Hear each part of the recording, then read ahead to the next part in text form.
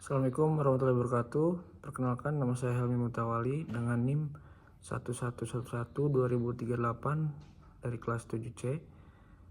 Saat ini saya akan menjelaskan terkait dengan hukum investasi yang berada di Provinsi Banten. Provinsi Banten telah menjadi salah satu tujuan investasi yang menarik di Indonesia dengan realisasi investasi mencapai 83,44 triliun hingga triwulan 3 tahun 2024. Salah satu contohnya yaitu investasi di sektor industri manufaktur, seperti pendirian pabrik otomotif di kawasan industri Cilegon. Nah, keuntungan dari investasi tersebut yaitu yang pertama adalah meningkatkan lapangan pekerjaan. Pabrik otomotif memerlukan banyak tenaga kerja sehingga membuka peluang pekerjaan bagi penduduk lokal. Yang kedua adalah transfer teknologi. Adanya pabrik ini memungkinkan alih teknologi dan peningkatan keterampilan bagi tenaga kerja lokal. Yang ketiga adalah peningkatan pendapatan daerah.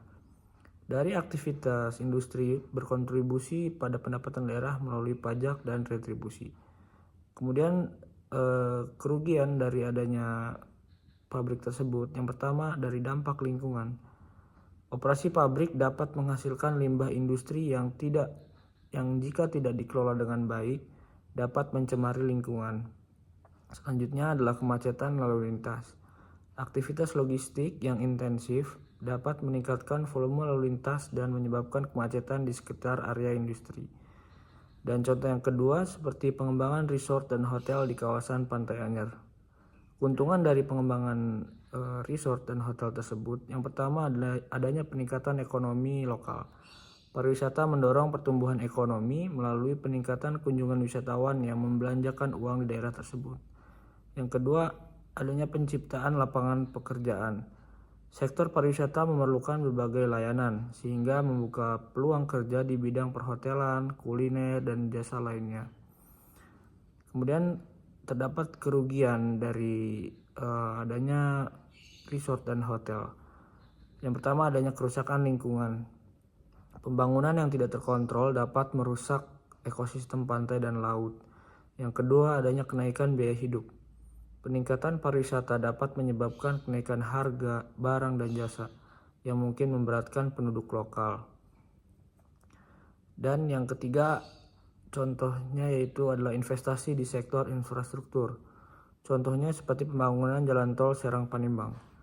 Keuntungannya adalah peningkatan aksesibilitas.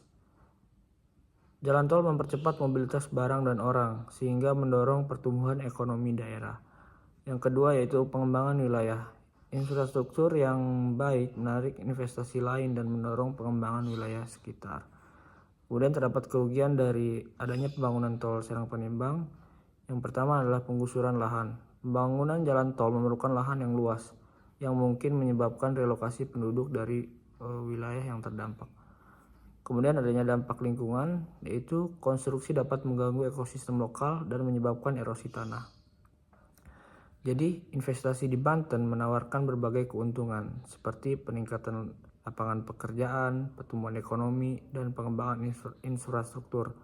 Namun perlu diperhatikan juga potensi kerugian, terutama terkait dampak lingkungan dan sosial. Oleh karena itu, perencanaan yang matang dan pengelolaan yang berkelanjutan sangat penting untuk memaksimalkan manfaat investasi sambil meminimalkan dampak negatif dari adanya investasi tersebut. Baik, mungkin cukup sekian dari saya. Wassalamualaikum warahmatullahi wabarakatuh.